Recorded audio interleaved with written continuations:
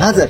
Digital media संपादक पत्रकार संघटनेच्या कनेरी मठ कोल्हापूर येथे झालेल्या अधिवेशनात राज्याचे उच्च व तंत्र शिक्षण मंत्री चंद्रकांत दादा पाटील यांनी आम्हा संघटनेच्या पदाधिकाऱ्यांना आवाहन केलं होतं की तुम्ही संघटनात्मक काम करून तुमच्या क्षेत्राच्या विकासासाठी करता, परंतु तुमच्या कुटुंबाचं काय?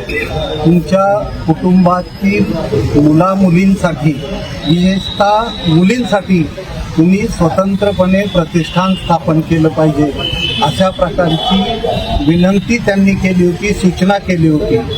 त्यानंतर त्यांनीच आमचा पाठपुरावा केला.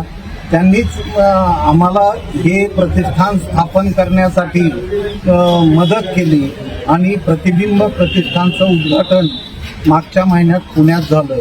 आज राज्यातल्या सर्व पत्रकारांच्या कुटुंबासाठी वैद्यकीय मदत असेल, शैक्षणिक मदत असेल किंवा मुलींच्या करिअरसाठी कला क्षेत्र असेल, क्रीडा क्षेत्र असेल, त्यासाठी लागणाऱ्या मदतीसाठी म्हणून प्रतिबिंब प्रतिष्ठान स्थापन करण्यात आलं होतं.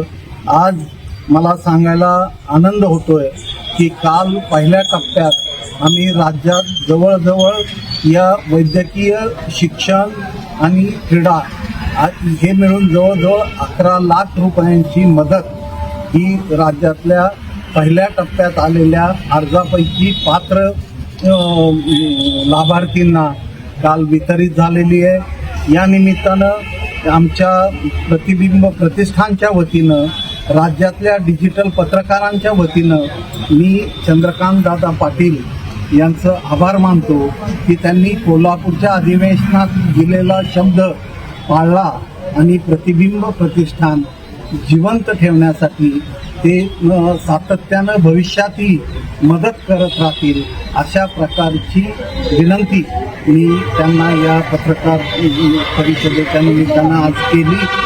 तर राज्यातल्या गरजू पत्रकारांना माझी विनंती आहे की आपण या प्रतिष्ठानकडं मदतीसाठी मागणी अर्ज ऑनलाईन करा, ऑफलाईन करा आणि आपल्या मुलींच्या करिअरसाठी एक दिशा ठरवून काम करत राहा.